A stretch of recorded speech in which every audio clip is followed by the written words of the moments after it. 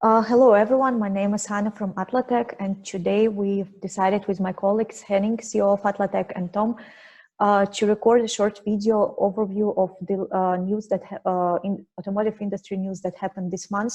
This is not by no means the most important news, but rather what we found interesting, and we felt like sharing our insight on these topics.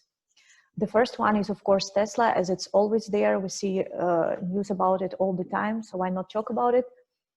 The headline was the following: European safety assessment slams Tesla Autopilot for its inability to keep drivers' attention.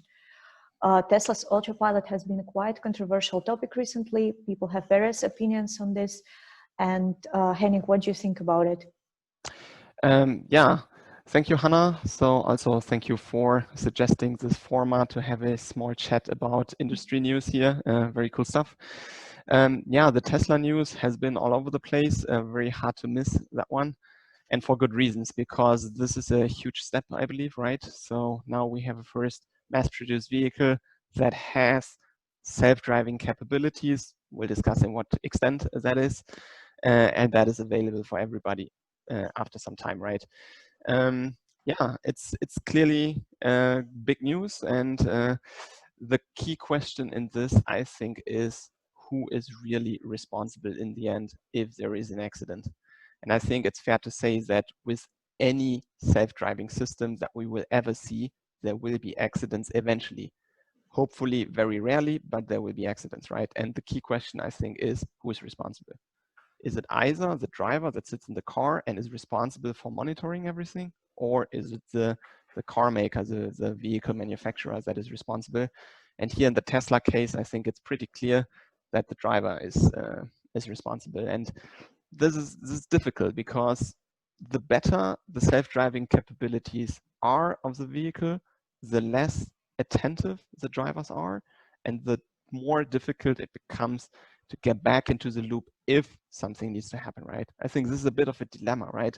If the system wouldn't perform well, everybody would be alert and, you know, be cautious all the time.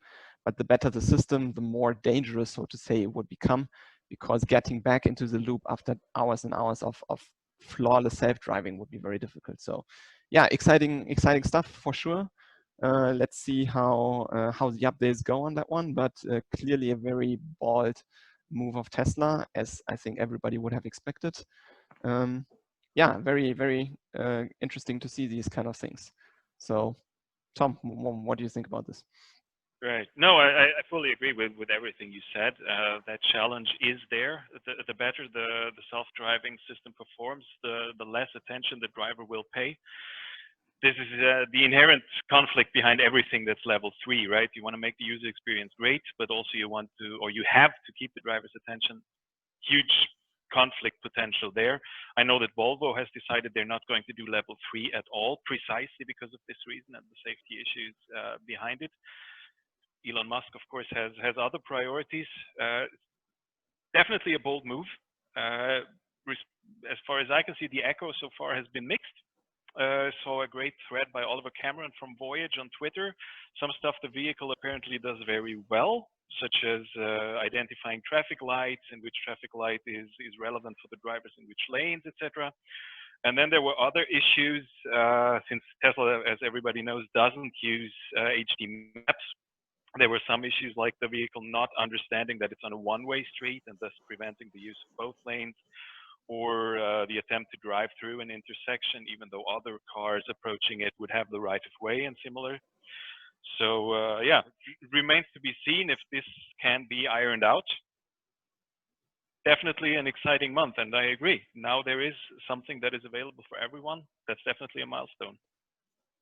Yeah, let's see how it develops further. The next interesting article that we ran into on the internet was about Link. It's a company from Geely, in case you haven't heard about it before. It wasn't the hottest news of the month, but I believe it's rather interesting. Link launched a car with built-in car sharing, and I believe, Tom, you found it extremely interesting as they introduced quite different business model, not what we usually expect from car manufacturers. Yeah, I absolutely I agree, and I'm glad that we're picking this up for the talk today, because indeed it didn't make a lot of headlines this month, but I think it's very interesting. I mean, there is no autonomous vehicle stuff or anything going on here, but still, it's very interesting how Geely is really rethinking a little bit the fundamentals of the OEM business when it comes to Lynk & Co's O1, as the new model is called. Basically, what they're doing is they're offering the ability for individuals or groups of individuals to get a lease on one of these vehicles. So far, everything is as you know it. It apparently runs around $500 a month, including service by Volvo dealers. And then, however, Geely also puts out a platform with mobile apps and everything for you to rent out your own car to other users of the platform who are not paying Lynk & Co customers, but who can rent your car from you during the hours where you have put in that you don't need it, and at the price point that you yourself can define. So really the whole thing becomes not about selling as many cars as possible, but rather as providing a mobility service a la carte and on demand to lots of people. And this, I think, is a very brave move, because normally you want to move as many units as you can, right? And at a certain point, someone apparently walked into a boardroom and says, hey, I have an idea, let's sell less vehicles. And it's amazing that they live to tell the tale. And even more cool that Geely is really going ahead with this. It's going to pilot in Amsterdam, Gothenburg later. Really interested to see how this will be received by customers and how it's going to go. Yeah, definitely also a very interesting move. I have not heard of any other vehicle manufacturers planning anything like this, maybe for the reasons you had just said, Tom. But I like the idea, right? Because we have too many cars, right? So I always, imagine if there was a factory, let's say a factory, and it buys a machine which is very expensive and uses it only 5% of the time, 1% of the time, while you have a factory next door that buys the exact very machine for the exact same high price and also doesn't use it, right? I mean, in that case, you would imagine that's silly, right? How would you do this? Why would you do this? Why don't you just share this this machine, right? But when it comes to consumers and users of cars, it's almost like this, right? So we as a family own a family vehicle, of course we do. Our neighbors right next door do the same, and the ones after that do the same, right? But the utilization is very low, and to get that up, that's definitely a good thing. And this is definitely a way that we can achieve this already today, right? With all these developments in the sharing economy and everything, this is a very good next step in my opinion. But it's a good opinion on paper. If it really is a good idea in reality, I think this is too early to say. Time will tell. And yeah, I'm really looking forward to seeing how that, let's call it an experiment, turns out. I hope it sees a lot of traction, and I hope a lot of people do this kind of things. Yeah, same here. I think it's a smart move to pilot it in Amsterdam, because it's arguably one of the European cities that have really moved past the traditional individual car ownership model. I hope to read more about this soon. Yeah. Okay, Hannah, what else do you have for us? The latest news that we would like to cover today is actually from Atlatech itself.